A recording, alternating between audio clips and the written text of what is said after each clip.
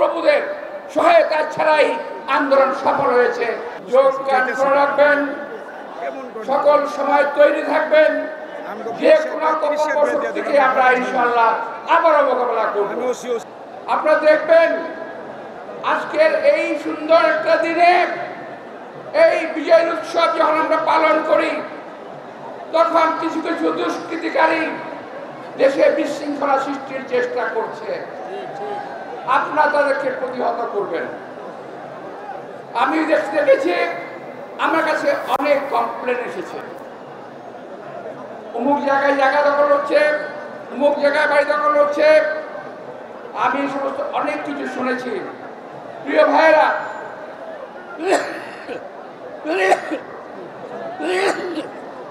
আমি বিভিন্ন জায়গায় আমার যুব দলের কর্মী ভাইদেরকে, ছাত্র দলের কর্মী ভাইদেরকে, বিএনপি কর্মী ভাইদেরকে বলেছি এগুলো সব প্রতিহত করতে হবে। এখন সবাই, অনেকেই যারা বিএনপি করে না, যারা যুব দল করে না, যারা কখন রাজনীতি করে নাই, তারা এখন ব্যক্তি স্বার্থ চরিতার্থ করা শুরু করেছে। প্রিয় ভাইরা, এর দায় দায়িত্ব একটি বৃহৎ দল হিসেবে আমরা বলতে চাই যে এইটা আমরা বলতে দেব না। আমরা অতন্ত্র সৈনিকের মতো প্রতিটা স্থাপনা পাহারা দেব। আপনাদের মনে আছে যখন ওই যে মেট্রো রেল ভাঙা হয়, শেখ হাসিনা কান্নায় ভেঙে পড়েছিল। এখন তো বেরিয়েছে ওই মেট্রো রেল তো আমার কোন ছাত্র দলের ভাইরা, কোন ছাত্ররা, কোন আন্দোলনকারীরা তো ভাঙে নাই। ওইটা তো ভেঙেছে বিদেশি প্রভুত্ববাদ যাদের করছেন, যারা এই দেশে গন্ডগোল করার চেষ্টা করছেন, যারা এই দেশকে সিকিম ভুটানের বানানোর চেষ্টা করছেন, তারাই অপকর্ম করেছে।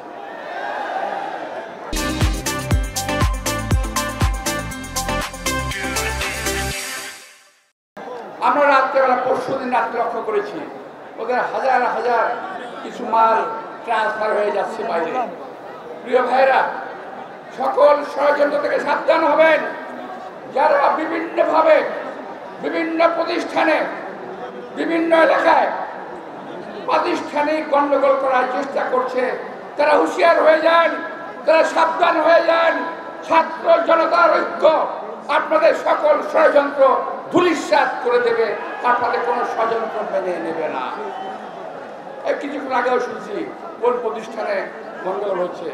আমি রাজারবাগ পুলিশের পাশে থাকি, ওখানে কিছু একটা ঝামেলা হওয়ার চেষ্টা হচ্ছিল। তো এই ধরনের যারা চেষ্টা করতেছে, দয়া করে আপনারা নিবৃত থাকুন, নইলে এই ছাত্র জনতার রোষ থেকে কেউ মুক্তি পাবেন না। প্রিয় ভাইয়েরা, আমার শেষ বক্তব্য হলো যোগদান করে রাখবেন, সকল সময় তৈরি থাকবেন, যে কোনো কর্মসূচিকে আমরা ইনশাআল্লাহ আবারও মোকাবেলা করব। আর একটা বিষয় আমার নেতৃবৃন্দকে বলতে চাই, আমি বলি যে একটা বক্তব্য শুনেছি, একবার বক্তব্য শুনলাম, সে বলেছে যে ৭১ সালের স্বাধীনতা অনেকে বলে আমাদেরকে দান করেছেন, অথচ আমরা মুক্তিযুদ্ধ করে স্বাধীনতা অর্জন করেছি, স্বীকার করে না। বাট কিন্তু এইবারের আন্দোলন বিদেশি কোন প্রভুদের সহায়তা ছাড়াই আন্দোলন সফল হয়েছে, এই দেশের জনগণ সফল করেছে। সুতরাং আমাদের কোনো ভয় নাই, আল্লাহ আমাদের সহায় আছেন। আমি একটি কথা বলতে চাই, আমার এই ভাই বোনেরা দীর্ঘ ১৭ বছর পরে এখন বোধহয় বাড়িতে ঘুমোতে পারছেন। আমি গতকাল অনেক ঘুমিয়েছি ভাই, অনেক ঘুমিয়েছি গত রাত্রে, আল্লাহর কাছে অনেক শুকর। আমি আবারও ছাত্রদের কাছে, ছাত্র জনতার কাছে কৃতজ্ঞতা জানিয়ে পরম দয়ালু করুণাময় আল্লাহ তাআলার কাছে শুকর গুজার করে, এবং আল্লাহ তাআলা যেন আমাদের দেশের মধ্যে শান্তির ফয়সালা করে দেন, এই কামনা করে বক্তব্য শেষ করছি।